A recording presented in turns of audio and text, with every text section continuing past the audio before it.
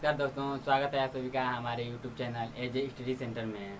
तो दोस्तों, आज हम पढ़ेंगे दर्पण सूत्र। वहाँ लिखा गया है यहाँ पे कि माना कोई वस्तु ए बी वक्रता केंद्र सी से कुछ दूरी पर रखी है, जिसका दर्पण प्रतिबिंब ए डैश बी डैश वक्रता केंद्र सी तथा फोकस एफ के बीच बनाता है। तो देखिए, यह हमारा दर्पण है। यह दर्पण के द्वारा M1 और M2 है। यह हमारा ध्रुव है और यह हमारी यहाँ से यहाँ तक की यह लाइन मुख्य अक्ष है और मुख्य अक्ष पर यह बिंदु फोकस है और यह बिंदु वक्रता केंद्र है। अब देखिए, वक्रता केंद्र से कुछ दूरी पे हमारी एक वस्तु AB रखी हुई है। तो दोस्तों, ये जो AB है, इससे हमारी किरणें आएंगी। तो हम इस AB वस्तु का प्रतिबिंब बनाने के लिए हमें दो किरणें की आवश्यकता होगी। यानी कि जो हमारा AB का प्रतिबिंब बनेगा, इसे बनाने के लिए हमें दो किरणों की आवश्यकता पड़ेगी। तो चलिए हम दो किरण को पहले खींचते हैं। तो जो पहली किरण होगी वह हमारे मुख्य अक्ष से होकर जाएगी। यानी कि जो हमारी पहली किरण है,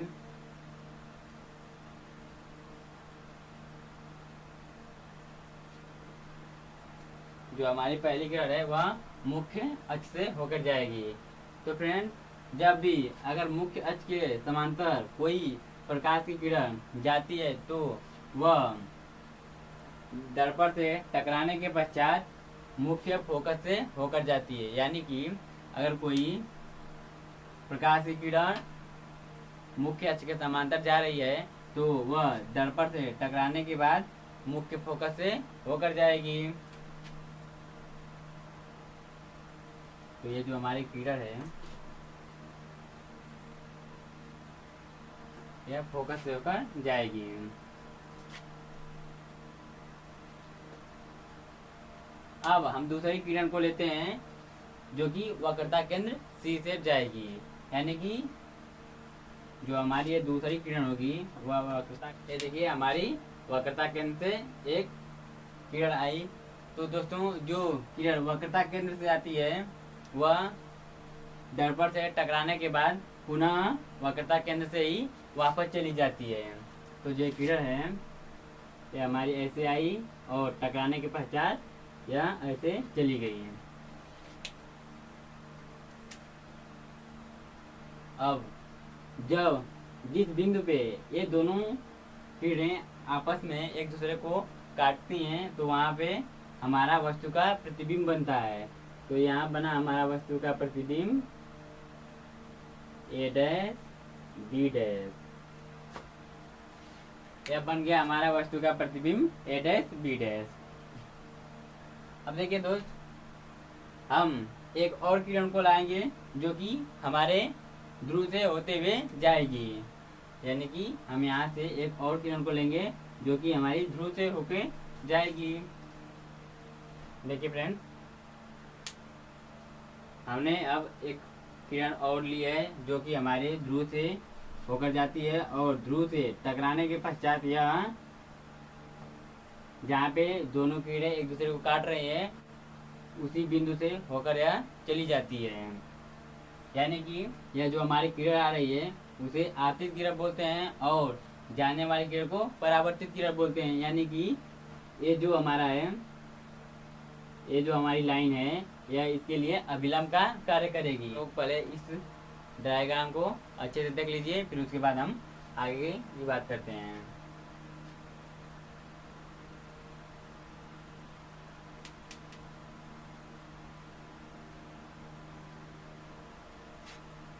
तो चलिए फ्रेंड, अब हम देखते हैं। देखिए, हम यहाँ पे पहले आप यहाँ से हम एक लाइन खींच देते हैं। यह हम लाइन इसलिए खींचते हैं क्योंकि देखिए, यह जो अगर हम इस लाइन को ना खींचे तो यह हमारा त्रिभुज की आकार का नहीं बनेगा। तो हम इसे त्रिभुज बनाने के लिए यहाँ पे एक लाइन खींच देते हैं और ये ध्रुव P से इस बिंदु की दूरी, यानी कि यह ध्रुव से जहाँ पर लाइन खींची गई है इस बिंदु की दूरी इतनी छोटी होती है कि हम इसे नगण्य मान करके इसे P ही मान लेते हैं। तो चलिए अब देखते हैं त्रिभुज A डैश B डैश तथा F, त्रिभुज A डैश B डैश और F तथा इस बिंदु को हम M मान लेते हैं। अब देखिए त्रिभुज A डैश B डैश और F तथा PMF, यानी कि PMF दोनों समरूप त्रिभुज हैं। लिखते हैं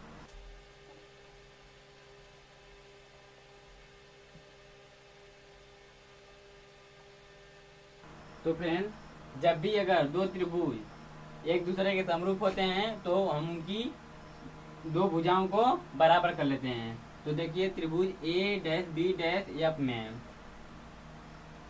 इसकी ऊंचाई बराबर इसका आधार, A B डैश बराबर A डैश F। अब देखिए जो हमारा त्रिभुज PMF है इसे हम इसमें डिवाइड कर देते हैं। तो अब देखिए PM में यानी कि इसकी ऊंचाई और इसका आधार, इसकी ऊंचाई हमारे PM है और इसका आधार क्या है PF है, यानी कि इसकी यानी कि त्रिभुज A dash B dash F की ऊंचाई बटे PMF की ऊंचाई बराबर इसका आधार बटे इसका आधार। अब देखिए जो हमारा PM है वह AB के बराबर है, यानी कि जो हमारा PM है वह AB के बराबर है। तो हम लिख सकते हैं PM बराबर AB। तो देखिए यहाँ पे लिख सकते हैं AB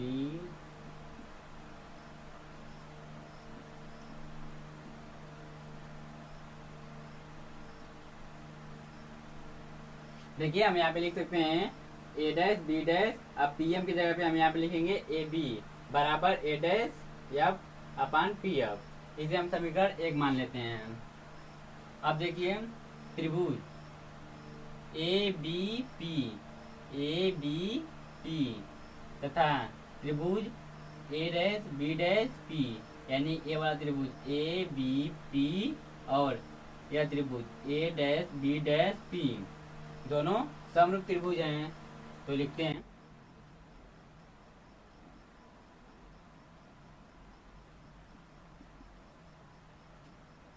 इसकी ऊंचाई बटे इसकी ऊंचाई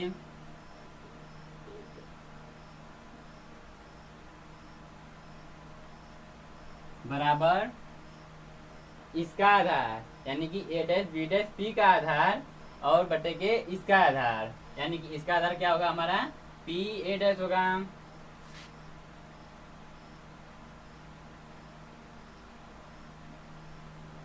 बटे इसका आधार, यानी कि AP सॉरी PA।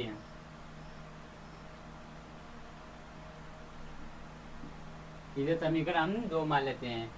देखिए त्रिभुज ABP तथा A dash B dash P समरूप हैं।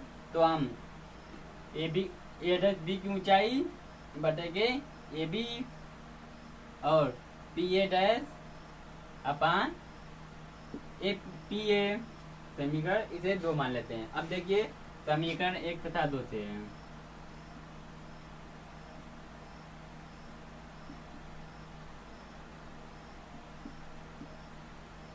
जब समीकरण 1 तथा 2 से देखेंगे तो देखिए समीकरण 1 और 2 का LHS बराबर है। जब LHS बराबर होता है तो हम क्या करते हैं RHS को भी बराबर कर लेते हैं।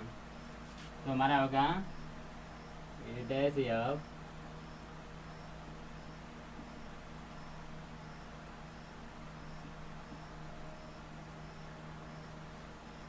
अब देखिए हम A डैश F को क्या लिख सकते हैं, ये हमारी दूरी क्या है A डैश F।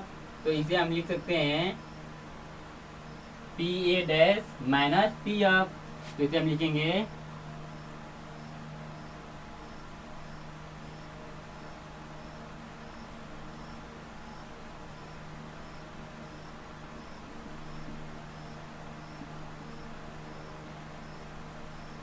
तो देखिए इस दूरी को दूरी निकालने के लिए हम यहाँ से यहाँ तक की दूरी क्या है हमारी पी ए डैश है, और यहाँ से यहाँ तक की दूरी हमारी है पी एफ है। तो हम अगर पूरी दूरी में से इतनी दूरी को घटा देंगे तो हमारी इतनी दूरी प्राप्त हो जाएगी। जैसे देखिए मान लीजिए बिंदु ए है, बी है और सी है। यह हमारी पूरी डिस्टेंस 5 मीटर की है और ये हमारी डिस्टेंस 3 मीटर है। तो अगर हम इस डिस्टेंस को निकालना चाहें तो क्या करेंगे, हम जब 5 में से 3 को घटाएंगे तो क्या होगी, हमारी ये डिस्टेंस पता चल जाएगी। यानी कि ए बी बराबर ए सी माइनस बी सी। जब इसे करेंगे तो 5 माइनस 3 बराबर 2, यानी कि यह हमारी डिस्टेंस 2 मीटर होगी। तो अब दोस्तों यहाँ पे एक आता है हमारा अब चिन्ह परिपाटी। तो फ्रेंड्स जो चिन्ह परिपाटी होती है उसके अनुसार हमारी प्रकाश की किरणें अगर जिस दिशा में जा रही है उस दिशा को में हम दूरियों को धनात्मक लेंगे और उसके विपरीत हम दूरियों को ऋणात्मक लेंगे।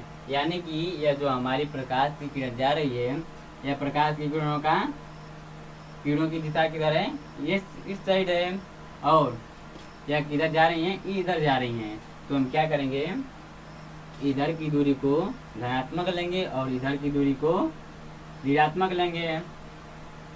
तो देखिए क्या होता है, और दर्पण में हम सभी दूरियों को ध्रुव से नापते हैं। यानी कि दर्पण में सभी दूरियों को हम ध्रुव P से नापते हैं। तो जो हमारा ध्रुव P और फोकस के बीच की दूरी है उसे हम F लेते हैं, और ध्रुव P से प्रतिबिंब की दूरी को हम V लेते हैं, और ध्रुव P से वस्तु की दूरी को हम U लेते हैं। तो देखिए इधर की दूरियों को क्या लेना है, हमें ऋणात्मक लेना है। तो यह हमारा ये भी ऋणात्मक होगी, ए बी और ए बी, यानी कि ये तीनों क्या होगी, ऋणात्मक होंगी। तो अब देखिए यहाँ पे हम इनका मान रखते हैं। तो देखिए जो हमारा पी ए डैश है, P A dash, P A dash, तो क्या है, पी ए डैश हमारा क्या है, माइनस भी है, और पी एफ यानी कि हमारी फोकस दूरी है, तो माइनस एफ अपन माइनस एफ बराबर, अब देखिए पी ए डैश, फिर पी ए डैश है यानी कि हमारे ध्रुव से प्रतिबिंब की दूरी है, तो इसे क्या लेंगे, माइनस भी अपन पी ए क्या है, हमारी ध्रुव से वस्तु की दूरी है, तो हम इसे क्या लेंगे, यू, यानी कि माइनस यू लेंगे। तो हमारे यहाँ पे हुआ माइनस यू। देखिए माइनस से माइनस कट गया तो क्या होगा, गुणा करेंगे तो क्या होगा हमारा, माइनस यू भी प्लस यू एफ, और इसका गुणा इसमें करेंगे तो क्या होगा हमारा, माइनस भी एफ। अब देखिए इसमें हम तीनों में क्या करते हैं, यू भी एफ से भाग देते हैं, यानी कि इसे मान लेते हैं समीकरण 3।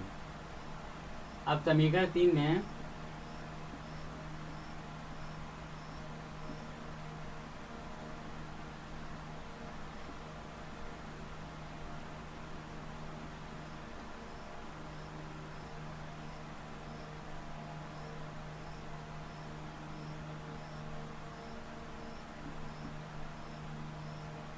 अब देखिए इसमें जब हम समीकरण 3 में यू भी एफ से भाग देते हैं तो क्या होता है, यू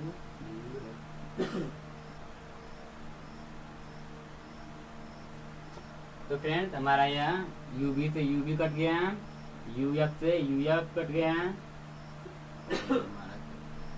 हमारा बी है, डी एफ से डी एफ कट गया, तो हमारे यहाँ पे क्या बचा, माइनस 1/f, यहाँ पे प्लस 1/v, और यहाँ पे 1/u माइनस। तो देखिए हम इसे इधर लाते हैं और इसे इधर लाते हैं, तो हमारा क्या बनेगा, 1/f बराबर 1/u प्लस 1/v।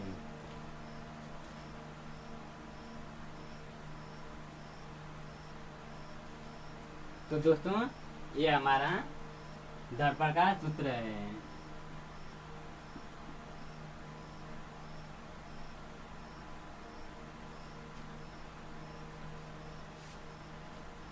तो फ्रेंड्स आशा करता हूँ कि आप लोगों को ये वीडियो अच्छी लगी होगी। अगर वीडियो अच्छी लगी हुई तो प्लीज़ इस चैनल को सब्सक्राइब करें, लाइक करें और कमेंट करना ना भूलें। मिलते हैं अब अगली वीडियो में।